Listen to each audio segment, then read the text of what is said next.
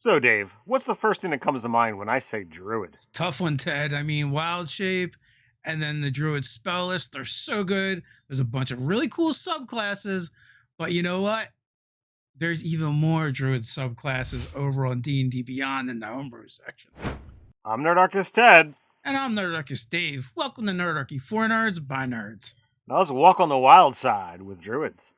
All right, Druids, we got a lot of stuff going on over there. I mean, we already have 7 official circles, and how do we break that lucky number?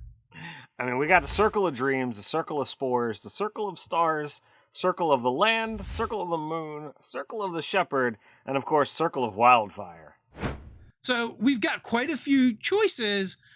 Today we're going to ask, what Druid circles are missing as we go into, homebrew Druid circles over on D&D Beyond. This video is kind of inspired by our website, where you can find an article for the top 10 5e D&D homebrew Druid circles by a factor of 3. Those 3 factors are highest rating, most viewed, and most added. We're going to be looking at the most viewed today. So Ted, what Druid circles? What are we missing from Druid circles? See, that's a tough choice when you look at it, because as part of nature, there's so many different aspects that are already included. So I think we take a look at this list of the top 10 and see if any of them fill something that we might not be thinking about. Yeah, and you can check out that list over on D&D Beyond. It's only fair to mention they're a sponsor of ours. We're going to put a link right in the description. You can go check out the homebrew stuff. I think you just need a free account, and you'll be able to open that right on up and take a look along with us. All right, so we've got the Circle of Evolution, the Blighter, Circle of Dragons, Circle of Thorns, Circle of Death or the Necromancer, Circle of Monsters, Circle of Elements, Circle of the Green Knight, Circle of Blossoms, and the Circle of Adaptation. I was actually surprised by this list, Ted. Like, there's some things that I expected to be on here. Like maybe Circle of the Elements. Hey, are there any things from the Druid in previous editions, or maybe just something you've thought of should be in it? Maybe you've homebrewed it yourself. Let us know down in the comments below. What is your favorite type of Druid to play?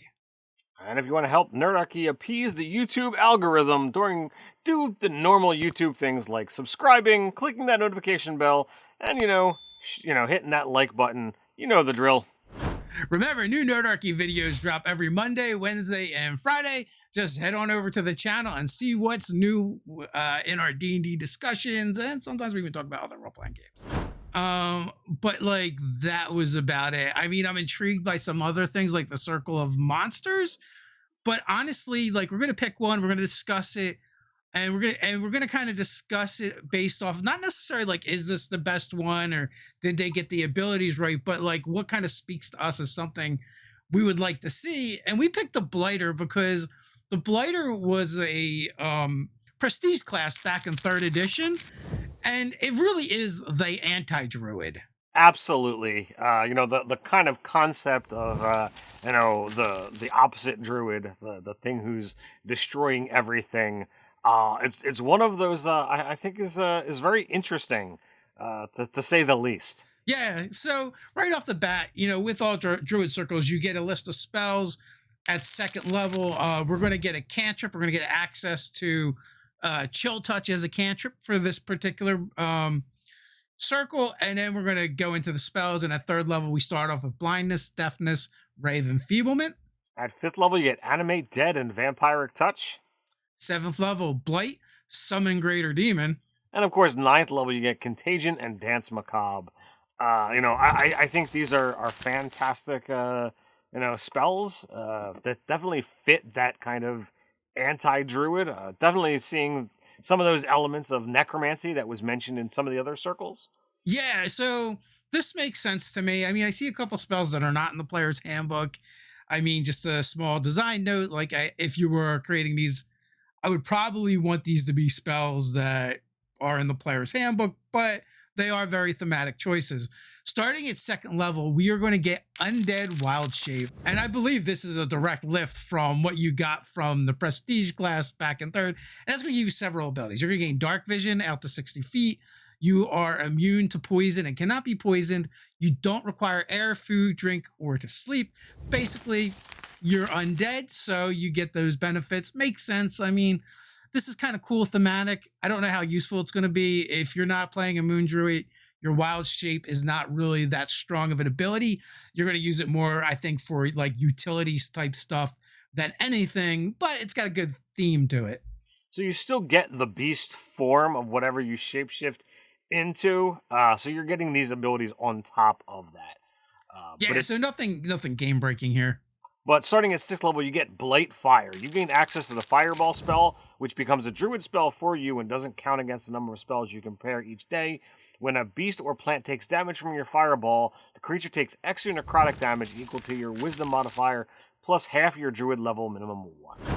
Now, I don't know if this really works for this druid circle, this particular spell, but thematically, I like it. I like that you do this extra damage, but only to plants and beasts, and you're just like, I hate you, nature. I hate you so much now.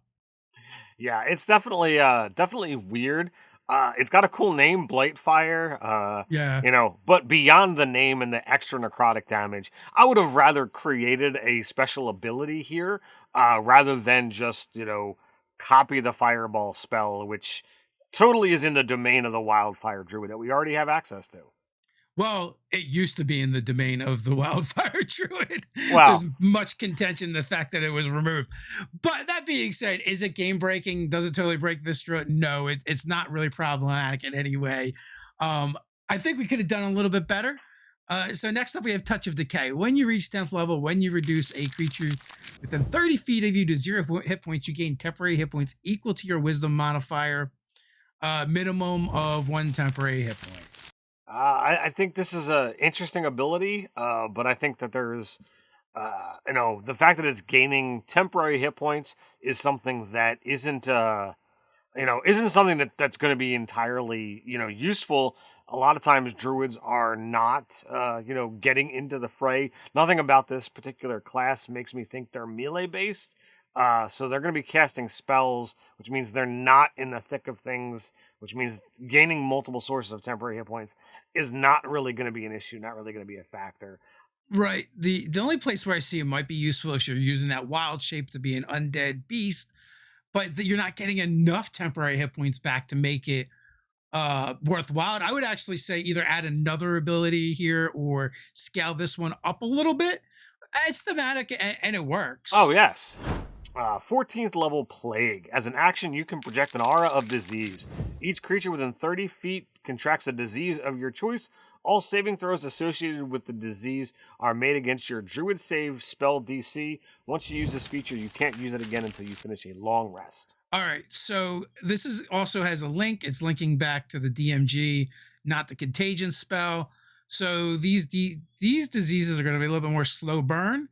They're not going to be like super useful in combat per se, but like if you're out doing evil druid stuff, it totally fits and works.